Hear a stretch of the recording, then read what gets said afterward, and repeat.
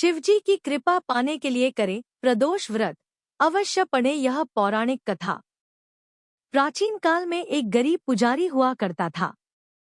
उस पुजारी की मृत्यु के बाद उसकी विधवा पत्नी अपने भरण पोषण के लिए पुत्र को साथ लेकर भीख मांगती हुई शाम तक घर वापस आती थी। एक दिन उसकी मुलाकात विदर्भ देश के राजकुमार से हुई, जो कि अपने पिता की मृत्यु के बाद दर-दर भटकने लगा था। उसकी यह हालत पुजारी की पत्नी से देखी नहीं गई। वह उस राजकुमार को अपने साथ अपने घर ले आई और पुत्र जैसा रखने लगी। एक दिन पुजारी की पत्नी अपने साथ दोनों पुत्रों को शांडिल्य ऋषि के आश्रम ले गई। वहां उसने ऋषि से शिव जी के प्रदोष व्रत की कथा एवं विधि सुनी तथा घर जाकर अब वह भी प्रदोष व्रत करने लगी। एक बार दोनों बालक वन में घूम रहे थे। उनमें से पुजारी का बेटा तो घर लौट गया, परंतु राजकुमार वन में ही रह गया। उस राजकुमार ने गंधर्व कन्याओं को क्रीड़ा करते हुए देखा तो उनसे बात करने लगा।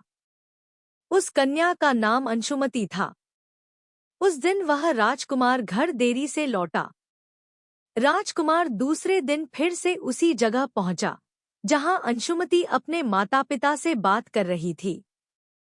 तभी अंशुमति के माता पिता ने उस राजकुमार को पहचान लिया तथा उससे कहा कि आप तो विदर्भ नगर के राजकुमार हो ना, आपका नाम धर्मगुप्त है। अंशुमति के माता पिता को वह राजकुमार पसंद आया और उन्होंने कहा कि शिवजी की कृपा से हम अपनी पुत्री का विवाह आपसे करना चाहते हैं। क्या आप इस विवाह के लिए तैयार हैं? राजकुमार ने अपनी स्वीकृति दे दी तो उन दोनों का विवाह संपन्न हुआ।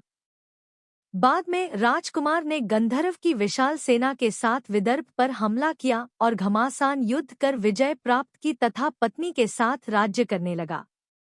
वहां उस महल में वह पुजारी की पत्नी और पुत्र को आदर के साथ ले आया तथा साथ रखने लगा।